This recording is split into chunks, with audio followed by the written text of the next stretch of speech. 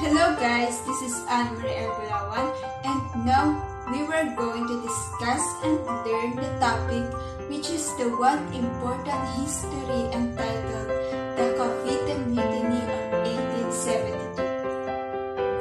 The Cavite Mutiny were the three of the most known Philippine martyrs during the Spanish regime aside from Rizal, namely Jose Burgos, Mariano Gomez, and Jacinto Zamora, also known as the Gomburza, where their death ignited the development of the Philippines' nationalism in a way that the most Filipinos did not realize. So this is all about the day 1872. So when we say 1872 Cavite Mutiny, one of the experts say, without 1872 mutiny, there will be no Philippine Revolution. The Cavite Mutiny is occurred to arsenal, and when we say arsenal, ito ang paggawaan ng mga armas ng Espanyol na nasa area ng Cavite.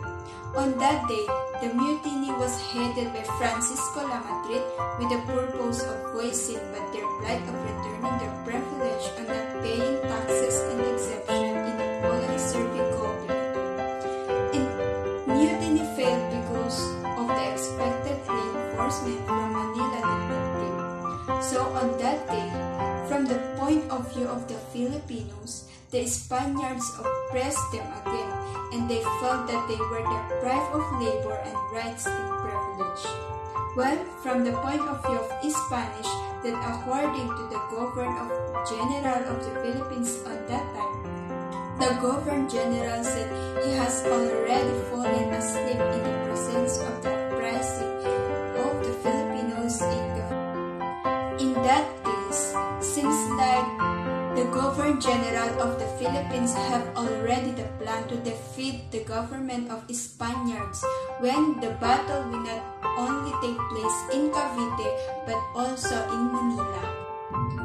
So we wonder here is the leaders in Cavite Mutiny that time, which is the member of prominent family here in the Philippines.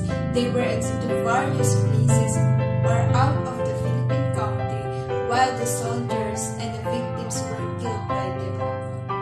When the Cavite Mutiny, the three priests were Burgos, Gomez, and Zamora. They were affected by what the Spaniards did against their political opponents.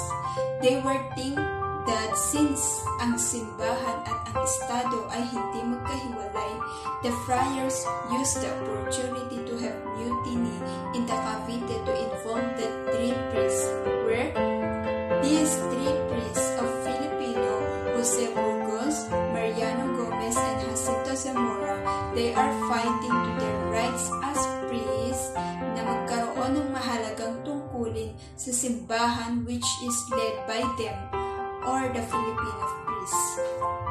But the Spanish priests did not like it. So anong ginawa nila? The Spanish looked for a way to get involved the priests of the Filipinos, where the Spanish used the soldiers unarrested who connected in the Cavite Mutiny against the three priests. So that happened in the hang three priests of Filipinos. When the priests were hung, many Filipinos did not like what the Spaniards did to the three priests.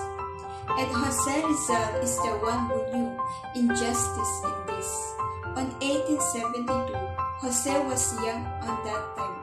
The brother of Jose Rizal told him about the murder of the three priests, and after that, Jose Rizal realized that the wrongdoing of Spaniards or Spanish in the Philippines. So here, this is where Jose Rizal started with the vision of change in our country. We always remember na ang mahalagang personalidad na nagdulot ng Philippine Revolution ay si Jose Rizal. Where the El Filibusterismo, that book was dedicated to the Gomburza, where Jose Rizal said, kung dahil sa Gomburza, he might become a priest as well. In that Jose point of view, because of the sacrifice sa pagkamartir ng Gomburza, si Jose Rizal ay nagising, namulat sa mga nangyari sa Gomburza. So I must say, without Jose, El Filibusterismo cannot be written. If Cavite Mutiny did not occur, the hanging of the priests will not take place. If the